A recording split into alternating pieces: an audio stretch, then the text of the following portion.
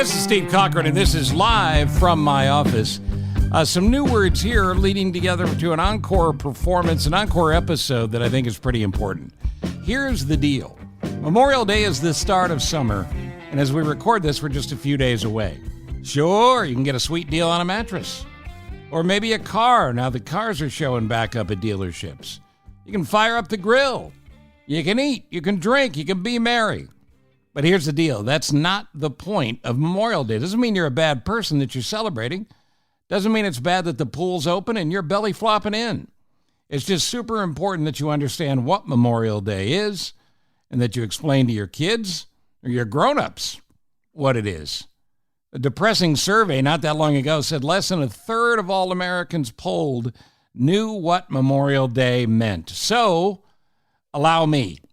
Memorial Day is celebrated as the last Monday of May every year.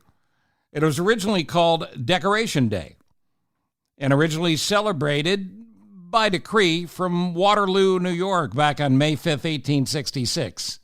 The idea was to remember the war dead from our worst war, the Civil War, worst by count of all those that died. And on May 5th, 1868, General John Logan, an Illinois man, leader of an organization for Northern Civil War vets, called for a nationwide day of remembrance in May. That was the birth of Memorial Day, again, called Decoration Day for a very long time. And it wasn't until 1971 that it actually became a national holiday.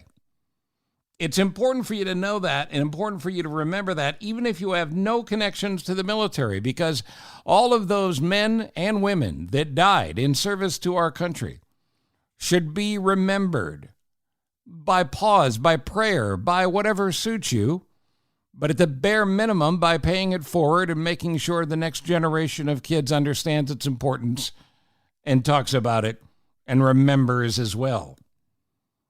Next Monday, on Memorial Day, we're recording this actually on May 21st, but on Memorial Day, I will once again, and I'm honored to have been asked, help MC the festivities at the Logan statue in downtown Chicago at Grant Park. The Memorial Day celebration will have many people there, right off of Michigan Avenue in Grant Park. Can't be missed. There'll be a picnic in the park afterwards. The weather looks great. The advanced forecast looks very favorable. And the Logan statue, for those of you who have been to Grant Park in Chicago but have not seen it, is John Logan on a horse atop a beautiful hill with amazing views of the city. And we will take that time to appropriately remember those who served and sacrificed for us to maintain our freedom so that we may celebrate Memorial Day. This and many more to come.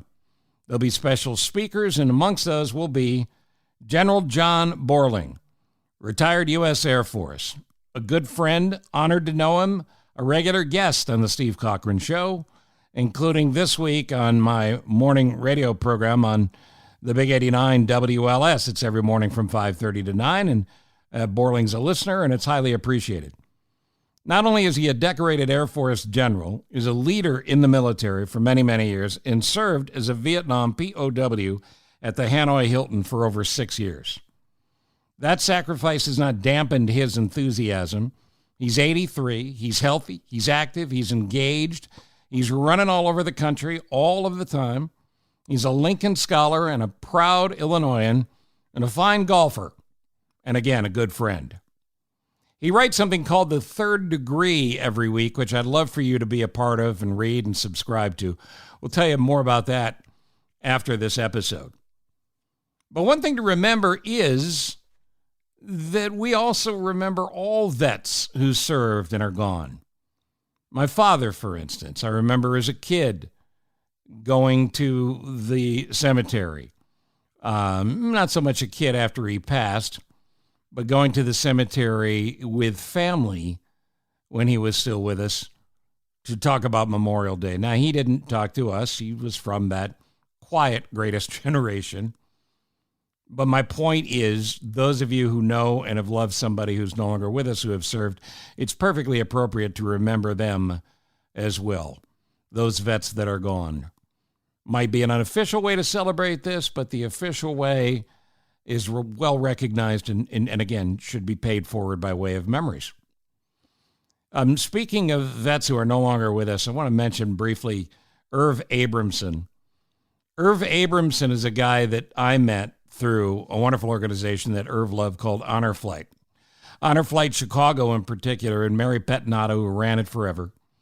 Irv was a guy who volunteered to make sure that as many World War II vets, and now as time has gone on, Korean vets and Vietnam vets, get to Washington as possible to see the memorials that were built for them to celebrate their service. I met Irv when he was well into his mid to late 80s. Hilarious guy. My friend David Hochberg and I, Hochberg, one of the most generous guys there is when it comes to first responders in the military. Hochberg and Irv were good pals, and they helped sell raffle tickets for Honor Flight at a golf outing.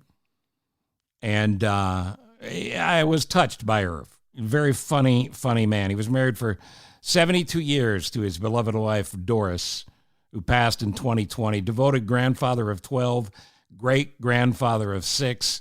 When he came back from the military, where, by the way, he survived the Battle of the Bulge, he was injured and awarded the Purple Heart, but he came back, he went into the family business, Friedman Auto Parts, and made it into a huge success. In his spare time, he wrote and directed plays for various groups, and Doris and Irv loved to travel the world and enjoy life. Every time I saw Irv, he was positive, and about an inch shorter than the time I met him before. He loved this country, he loved patriotism, and he loved talking about those who served and those who continue to serve and sacrifice, including the families who waited for Irv and guys like Irv to come home. God bless you, Irv. Irv passed just a few days ago at the age of 97 years old. God gave him a long run because we needed Irv around to remind us about the greatness of the men and women of World War II. I look forward to meeting you, and I hope you can join us. And there'll be several VIP guests as well on Monday, Memorial Day in downtown Chicago at Grant Park at the Logan statue. And please listen for General John Borling this week on my morning show on WLS, Steve Cochran Show, 5:30 to 9, because we'll be talking about that and about the military, of course, as well. I want to play for you an interview I did with John Borling a couple of years ago. This is from 2021, and it's all about Memorial Day and the importance of Memorial Day. And it's a worthy repeat. I hope you enjoy it. And please, again, if you do anything to pay it forward this Memorial Day, teach somebody who doesn't know what it means, and why it is and will always be important. Thanks for listening. This is live from my office. And now that previous conversation with General John Borling. Live from my office, proud to say, welcome, General John Borling. My friend, how are you? I'm delighted to be with you, Steve, especially on such a momentous day. Well, and Memorial Day means a tremendous amount to me as the son of one who served proudly in World War II. You, of course, your record is well documented. I think you're going to need another room for all the medals and all the things you refuse to talk about and don't want to talk about. But I'm proud to call you a friend just because of who you are as a man. But for what you did for this country, there's no better person to talk to about Memorial Day than you. So thanks for doing this. Well, we're a mutually admiring society, you and me, and we have been for years. I view you as one of the great rational and important voices in the world of communications in America. So it's, again, my pleasure to be with you and hope that we can perhaps share some personal feelings about this day. I do want to ask you about it because, look, you've lived a life that the rest of us have only seen on TV and in movies, and that's what it is, TV and movies. What does this day mean to you? And if I could be personal, I don't know that I've ever asked you this on the golf course, in person, on the air. I don't think I have. Is there one person in particular you think about on this day? Well, I come up with a collage of memories and people with whom I've served and who are no longer with us. There's one that immediately comes to mind, in Washington at Fort Myer, which is the Army post that basically is home base to Arlington, there's a big hill. You run down that hill and across the Memorial Bridge, and now you're on the mall. And I can remember this rainy morning, dreary morning, coming down the Fort Myer Hill and across the bridge and around the Lincoln, which is my favorite place, by the way, in all of Washington, the Lincoln Memorial, especially at night, and taking people there. But as I came around, there's the statue of the three soldiers for the Vietnam Wall, and I'd never been to the wall. So I quit jogging and start to walk down the wall, the Vietnam Wall. And I don't get very far when I see up ahead in first light kind of situation. Right. A guy in a field jacket, bushy guy, beard, hanging on a gal, and they're both got their hands on the wall. And I'm at a point where I can't retreat, and so I kind of try to edge by. And as I come closer, I can hear their sobbing. And so I try to almost sneak by, and the guy starts and he says, "Were you there, man? Were you there?" And I said, I was there. And he kind of nods, and I kind of moved down the wall quickly, leaving them to their private moments. And I made the corner that, there's an angle to it. Yeah, exactly. And I went down a couple of things, and now I put my hand on the wall, just kind of to steady myself. And I put my hand on a portion of the wall, and the name under my hand was Frank Ralston. Frank was a classmate of mine from the academy. Oh, come on. Frank was a squadron mate of mine at Yuban, Thailand, in the 433rd Squadron. And he and Don King got shot down and killed about a month and a half before I got shot down. Those were tough years, and we were losing guys regularly. And but anyway, so there I've got my hand on the wall, and I'm looking at Frank's name. And, then that's when I lost it. And of course. So you ask about Memorial Day, and the first name that when you ask comes to mind, my classmate and squadron-mate, Frank Ralston. The God moments that we all have in life, and I always tell people, I said, look, I don't judge anyone based on your faith or beliefs, but whatever God you're closest to, get a little closer and recognize these moments, because you were in that spot, in my opinion, for a reason at that time. You stopped where you did for a reason at that time, and that is just a goosebump-raising, incredible story that is perfect for today, because explain to folks what today was meant for, what it truly means. It gets real personal, even if you haven't had a loss like a Gold Star family loss, which is a whole different dimension, or a Gold Star spouse.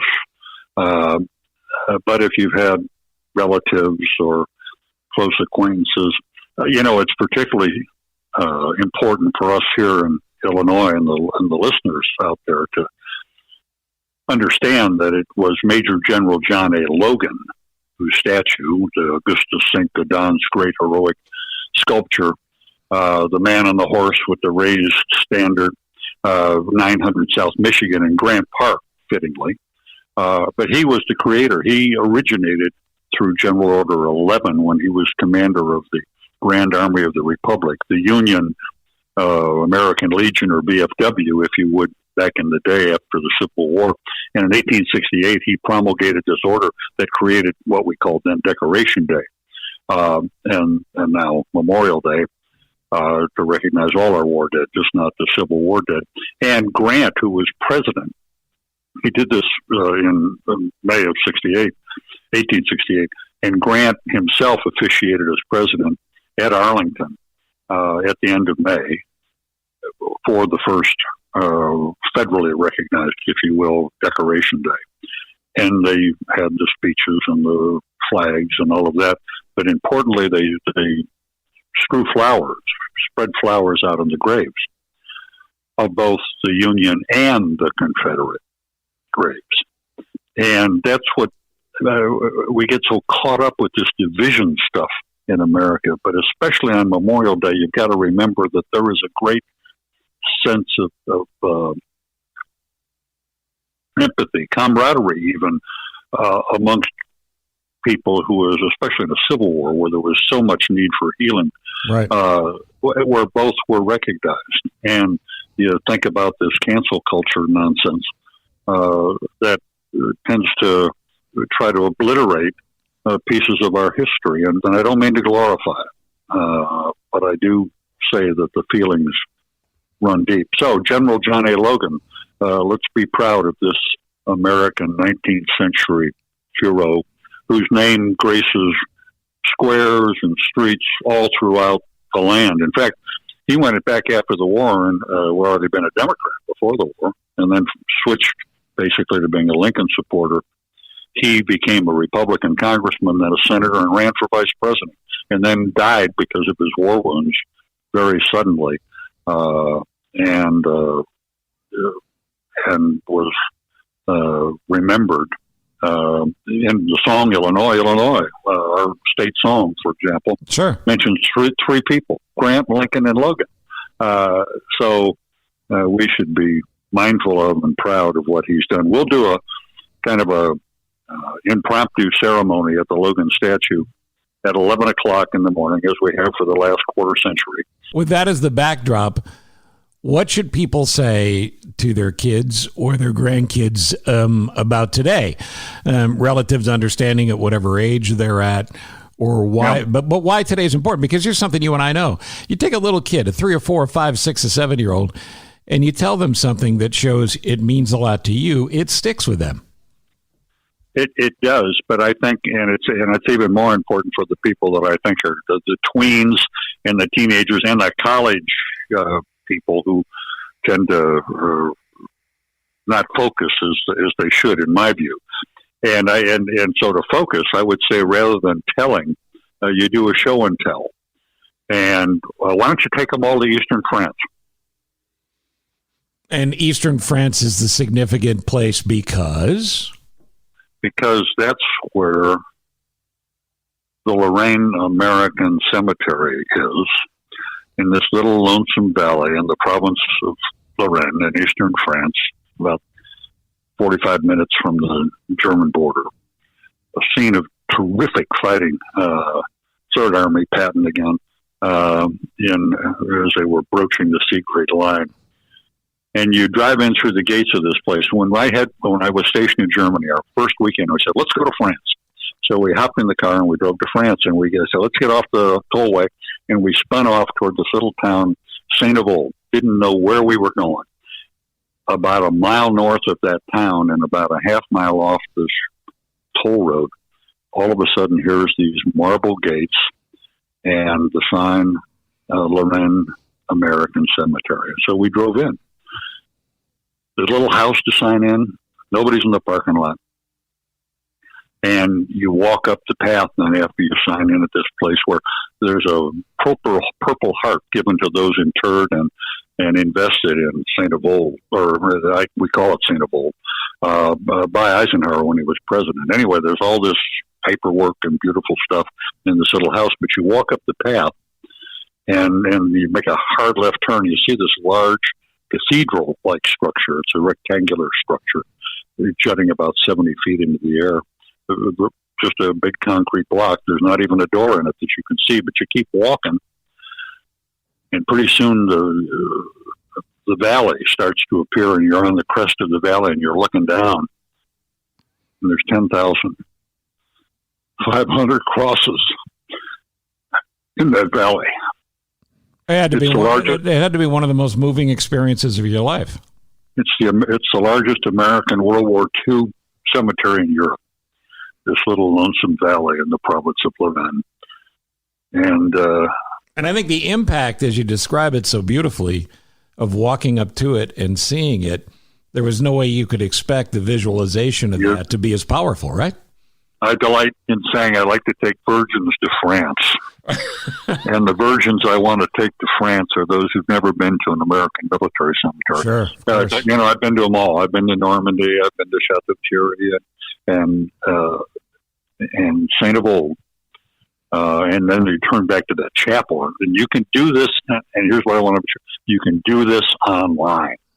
There are 26 American cemeteries and I think 30 memorials in 17 countries maintained by the American Battle Monuments Commission with caretakers. In fact, the flag is raised and lowered by a French caretaker. And when I take people, and I always try to take them to St. Avold,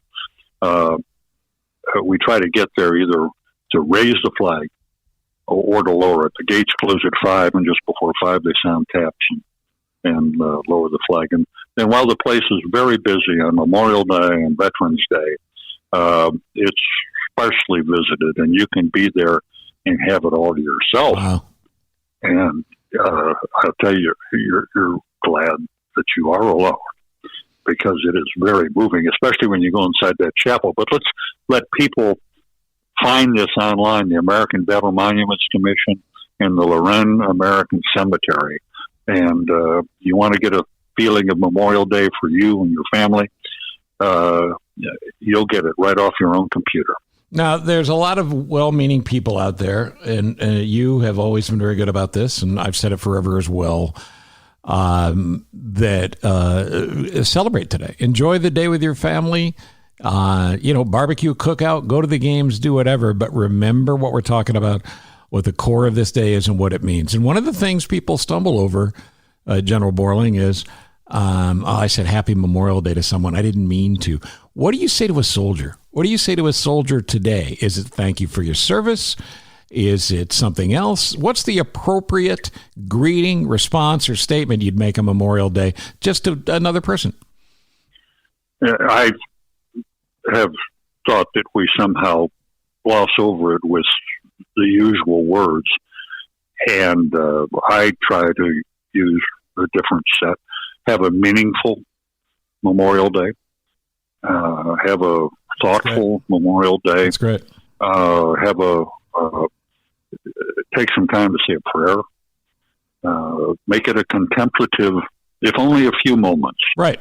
Because in 1971, when they changed it from the last day of May, it happens to work out the last day of May this year, to the 3-day weekend, they took away that time that you and I can remember as kids when we would not only go to the cemeteries, I would Oakwoods at 63rd Street, Cottage Grove, where the Borling family is largely interred, and where the Confederate mound is, where, boy, if you want to see something that moves your heart, there's a politician who's built a big, and I'm not going to mention his name, but he's got a big mausoleum and arch and stuff like that. And yes, I know exactly who you're talking about. Yeah. And then you go across the road there at Oakwoods, and you see a small headstone, and it says Jesse Owens, Olympian. How about that? What more do you need, huh? No, that's it. I mean, that's it. So Memorial Day, we would always go out and tend to the family, and had a fellow in the family who was deceased in World War II or was killed, and it meant something. So hey, it's good. Go ahead. It's great to catch up with you. And before we run out of time, I just want to say thank you for your continued service that you've given to this country and to all of us for your entire life. And it's appreciated. So thank you for that. But I want to give you the last word here. Is there anything else we didn't get to that you'd like to mention in the last minute or so? Oh, you make it so hard, Steve. We never rehearse our conversation. I understand that. It's okay if we're good, but I don't. Well, I wouldn't want to take the last word. Yeah, I do have the last word, because you were talking about it when you were talking about saying a prayer. And I recall when they put us into big groups in Vietnam late in the game after a failed raid at San Tay. And they moved us all on Saturday night and put us all together in what you know as the Hanoi Hilton. And John McCain and I were elected to be the chaplains for the Sunday morning service that we were going to have. All the people there in the various cells, but we had communication, if only by shouting. I mean, this was a gigantic mistake on the part of the North Vietnamese that put us all together, but they were concerned that the commandos were going to come and spring us. So anyway, so they said, you guys are the chaplains. And John and I got off the corner and we said, I can't imagine, two worse guys to be a chaplain. But you talk about a prayer, and I said, John, I think I got a way to get into this. And this is all I remember of that morning, other than we sang the Star Spangled Banner and we said the Lord's Prayer aloud. But then we were supposed to offer some kind of homily. And I said, there was a scrap of paper found after the Battle of El Alamein in a trench. And on it were some words, and I think they have great application to us individually in times of need, in times of, again, contemplation, in times of thanks, in times of just when you need to reach out. And the words go like this. The night is cold, and I'm alone. My little spark of courage flickers and dies. Stay with me, God, and make me strong.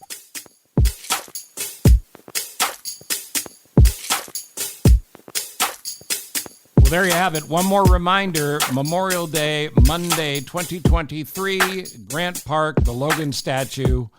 I will help MC the event where General John Borling and many dignitaries will speak in remembrance of those who have fallen in service to our country, the true meaning of Memorial Day. General Borling didn't ask me to do this, but I'm going to do it anyway. He writes a column every week called The Third Degree, and it's really a conversation starter. It's not meant to be political or to start a fight, though that seems to be the prevalent sport in America now.